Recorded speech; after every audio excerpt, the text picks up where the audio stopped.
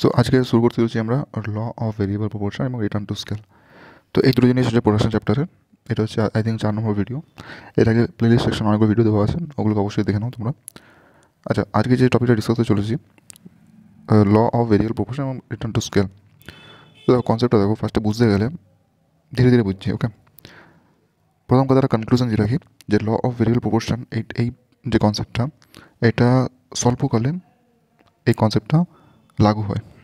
আর এই কনসেপ্টটা return to scale, এটা হচ্ছে দীর্ঘকালের জন্য, লং রান প্রোডাকশনের জন্য এই রিটার্ন টু স্কেলটা অ্যাপ্লিকেবল হয়। ওকে, তো এটা কীভাবে হচ্ছে দেখো, আমরা কি জানি যে উৎপাদনের উপকরণগুলো কী কী? জমি, শ্রম, মূলধন, সংগঠন, land, labour, capital, organisation. Short ফর্মে আমি ডিনোট করতেছি। ওকে, সমস্যা নেই। আচ্ছা, এবার আমরা ধরে নিচ্ছি কি যে একটা প্রোডাকশন প্রসেস আমরা করবো, আমরা একটা পার্টিকুলার প্রোডাক্ট তৈরি করবো। ধরা যায় পেন তৈরি করবো। তো পেন তৈরি করতে গেলে ধরে নিচ্ছি যে আমরা দুটো অনলি ইনপুট লাগবে, মানে দুটো উপকরণ লাগবে অনলি।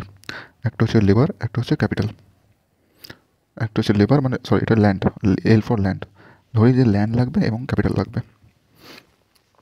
এল ফর ল্যান্ড এবং কে ফর ক্যাপিটাল। তো এই দুটো অনলি লাগবে, এটা আমরা ধরে নিলাম। মানে দুটো ইনপুট ইউজ করলেই আমরা একটা পার্টিকুলার প্রোডাক্ট তৈরি করতে পারবো। ধরে যেতে পারে পেন। পেন আমরা যদি একটা ল্যান্ড এবং ক্যাপিটাল দিয়ে করতে হয় তৈরি করে নিতে পারবো। মানছি আর অনেক কিছু লাগবে, জমি, শ্রম লাগতে পারে, সংগঠন লাগবে, বাট স্টিল আমরা ধরে নিচ্ছি দুটো দিয়েই তৈরি করা যাবে এটা, যে কোনো প্রোডাক্ট। আচ্ছা, এবার স্বল্পকাল দীর্ঘকালের কনসেপ্টটা কি একটু ছোটো করে বলে দিই। স্বল্পকাল মানে হচ্ছে কি, যেখানে প্রোডাকশানের উপকরণের মানে উৎপাদন উপকরণের একটা উপকরণ ফিক্স থাকবে, মানে সবকটা উপকরণকে চেঞ্জ করা যাবে না।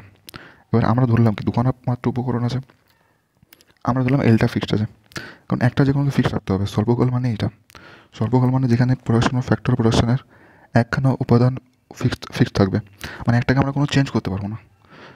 আমি যদি মনে করো ল্যান্ড ফিক্স করলাম, মানে ল্যান্ডটাকে বাড়াতে পারবো না। এল ফর ল্যান্ড, ল্যান্ড মনে করো এত একর আছে, তো ল্যান্ডটাকে আমাকে এত একরই রাখতে হবে। আমি ল্যান্ডটা চাইলে অন্য এক্সট্রা ল্যান্ড আমি কিনতে পারবো না, ল্যান্ড আমি বড় বৃদ্ধি করতে পারবো না বা কমাতে পারবো না।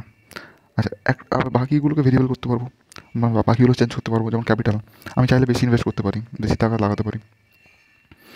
উল্টো দিকে যদি লং রানের কথা বলি, লং রান মানে কি, যেখানে সবকটা উপাদানই ভেরিয়েবল। আমি যতগুলো প্রোডাকশনের জন্য ফ্যাক্টর আমি ইউজ করবো ইনপুট হিসেবে, আমি সবকটাকে চেঞ্জ করতে পারবো ইচ্ছা মতো। ঠিক আছে, তো এখানে ল্যান্ড আর লেবার, আমি ল্যান্ড আর ক্যাপিটাল ধরলাম, তো দুটোই আমি ইচ্ছা মতো চেঞ্জ করতে পারবো। এলও ভেরিয়েবল, কেও ভেরিয়েবল। এখানে দুখানাকে আমি বাড়াতে বা কমাতে পারবো। ওকে, লং রানে। তো দেখো, এবার শর্ট রানটা ফার্স্টে বুঝি এক এক করে।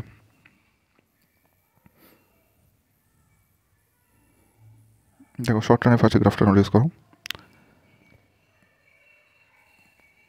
আচ্ছা, শর্ট রানে এটা হচ্ছে টোটাল প্রোডাক্টের জন্য, এটা হচ্ছে এমপিএপি। এদের মধ্যে রিলেশন অলরেডি আমরা জানি। আশা করছি এই গ্রাফটা তোমরা বুঝে গেছো জিনিসটা কি। তো আমি আরেকবার বলে দিচ্ছি। দেখো, এই যে ল অফ ভেরিয়েবল প্রপোর্শন, এইখানে 3টে স্টেজ হয়। তোমাদেরকে অ্যান্সারটা এইভাবে লিখতে হবে, 3টে স্টেজে। স্টেজ ওয়ানে কী হচ্ছে না, যে টোটাল প্রোডাক্টটা বাড়ছে এবং এপিও বাড়ছে। মার্জিনাল প্রোডাক্ট এবং এভারেজ প্রোডাক্টও বাড়ছে। মার্জিনাল প্রোডাক্টটা বেশি হারে বাড়ছে, এভারেজ প্রোডাক্টটা কম হারে বাড়ছে। বাট এইখানে টোটাল প্রোডাক্টটা কী হচ্ছে না, স্টেজ ওয়ানে একটু বেশি হারে বাড়ছে। যদি প্রথমে 100 হতো, 100 260, বেশি হারে বেড়ে গেল, মানে প্রপোর্শনালি না, বেশি হারে বেড়ে গেল টোটাল প্রোডাক্টটা। এটা হচ্ছে স্টেজ ওয়ান। দেন স্টেজ টু কখন থেকে শুরু হয়, যেইখান থেকে না এই যে মার্জিনাল প্রোডাক্ট আর এভারেজ প্রোডাক্ট সমান হয়ে যায়, সেই পয়েন্টটা দেখো সমান হয়েছে, ওইখান থেকে শুরু হয়ে যায় স্টেজ টু। যেখানে কি হয়, যে টোটাল প্রোডাক্টটা তো বাড়ছে, টোটাল প্রোডাক্টটা কিন্তু বাড়ছে, বাট এটা কম হারে বাড়ছে। মানে মনে করো প্রথমে 100 বাড়ছিল, 100 থেকে ডিরেক্টলি এবার নেক্সট বাড়লো হচ্ছে 80 বাড়লো, মানে অতটা বেশি বেশি বেশি হারে বাড়লো না। স্টেজ ওয়ানে কী হচ্ছিলো না, বেশি হারে বাড়ছিল, টোটাল প্রোডাক্টটা বেশি হারে বাড়ছিল, বাট স্টেজ টুতে আসার পরে বাড়ছে তো ঠিকই, বাট এটা কম হারে বাড়ছে।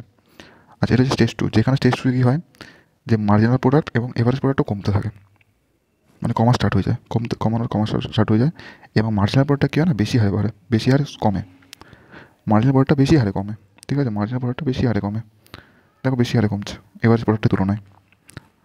আচ্ছা, এটা হচ্ছে স্টেজ টু। স্টেজ থ্রি কখন থেকে শুরু হয়, যখন মার্জিনাল প্রোডাক্ট দেখো জিরো হয়ে যায়, বি পয়েন্ট দেখো জিরো হয়ে গেছে। এবার জিরো হয়ে যায় মানে কি, এইখানে সর্বাধিক, এইখানে এই টোটাল প্রোডাক্ট সর্বাধিক ম্যাক্সিমাম, এই ম্যাক্সিমাম পয়েন্ট থেকে শুরু হয়েছে স্টেজ থ্রি। স্টেজ থ্রিতে কী হয় গিয়ে না, আমি যত আমার প্রোডাকশনটা বাড়াতে থাকবো, প্রোডাকশন বলছি কেন, ইনপুট এখানে কোনটা, ইনপুট হচ্ছে কে হচ্ছে ইনপুট। আমি ইনপুট যত বাড়াতে থাকবো, আমি সেটা আস্তে আস্তে বাড়াতে থাকছি না, ইনপুটটা আমি আস্তে আস্তে বাড়াতে থাকছি, ইনপুটটা যত বাড়াতে থাকবো তত কী হবে, যে আমার এই টোটাল প্রোডাক্টটা কমতে থাকবে আস্তে আস্তে স্টেজ 3-তে গিয়ে। আমাদের এটা বাড়াচ্ছে আস্তে আস্তে, এটা বাড়াচ্ছি, ইনপুটটা আস্তে আস্তে বেশি বেশি করে বাড়াচ্ছে। স্টেজ 1 অবধি ওরা ভালোভাবে বাড়ছিল, স্টেজ 2-তে এসে বাড়ছিল, বাট ডিক্রিজিং রেটে বাড়ছিল, মানে কম হারে বাড়ছিল। বাট এই স্টেজ 3-তে পড়তে যত আমি ইনপুটটা বাড়াতে শুরু করে দিচ্ছি, স্টেজ 3-তে কী হচ্ছে, টোটাল প্রোডাক্টটা কমতে থাকছে, নেগেটিভ হতো, নেগেটিভ না মানে কমতে থাকছে। এবার কমতে থাকা মানে কি, দেখো কমতে থাকা মানে হচ্ছে ওই সময় থেকে আমার মার্জিনাল প্রোডাক্টটা কী হবে না, নেগেটিভ হতে থাকবে, মানে মাইনাসে চলে যাবে। সো এটা হচ্ছে স্টেজ 3।